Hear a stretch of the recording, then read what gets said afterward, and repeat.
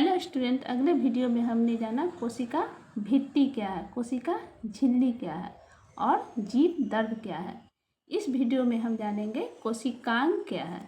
कोशिका के अंग को हम कोशिकांग कहते हैं। जैसे हमारे शरीर में विभिन्न प्रकार के अंग हैं, लीवर है, हार्ट है, किडनी है, सबके अपने अलग अलग कार्य हैं।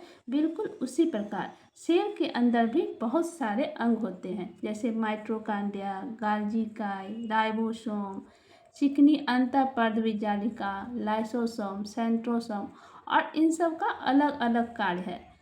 माइटोकॉन्ड्रिया को कोशिका का ऊर्जा गृह कहा जाता है।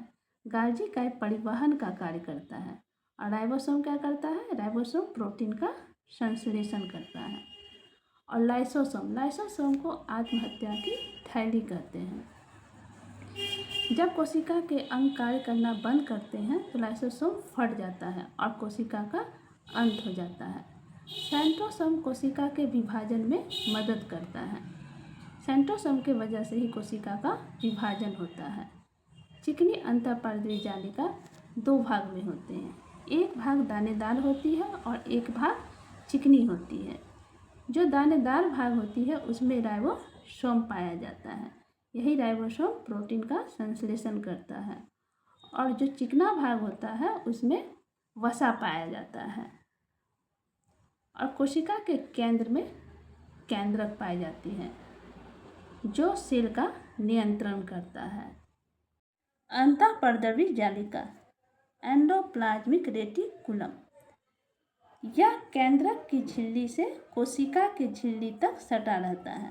यह केंद्रक की झिल्ली को भी छूता है और कोशिका के झिल्ली को भी छूता है।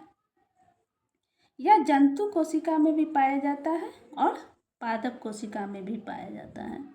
इसके दो भाग होते हैं, एक भाग खुरदरा होता है और एक भाग चिकना होता है। खुरदरा भाग होने का कारण यह है कि इसमें राइबोसोम पाया जाता है। राइबोसोम की उपस्थिति के कारण ही यह खुरदरा होता है। राइबोसोम प्रोटीन का संश्लेषण करता है, इसलिए राइबोसोम को प्रोटीन का फैक्ट्री भी कहते हैं। जो भाग चिकना होता है उस पे वसा पाई जाती है। यह अंतःपर्दवी जालिका बनी क्या चीज़ से होती है? तो यह बनी होती है लाइपोप्रोटीन की। अंतःपर्दवी जालिका दो प्रकार के होते हैं, एक चिकनी अंतःपर्दवी जालिका और दूसरी खुरदरी अंतःपर्दवी जालिका। अब इसके कार्य क्या है? अंतःपर्दवी जालिका को झिल्ली नुमा नालिकाओं में तरल द्रव्य भरा रहता है, इसलिए यह कोशिका द्रव में पदार्थ मुख्यतः प्रोटीन का संचार करती है। अतः कोशिकीय परिवहन तंत्र का यह निर्माण करता है। कोशिकीय द्रव में यह यांत्रिक सहायता प्रदान करता है। जब कोशिका का विभाजन होता है तो उस विभाजन के समय यह कोशिका के प्लेट एवं केंद्रक झिल्ली का निर्माण करता है। केंद्रक से कोशिका द्रव में आनुवांशिक पदार्थों को जाने का पथ बनाती है, यानी कि रास्ता बनाता है।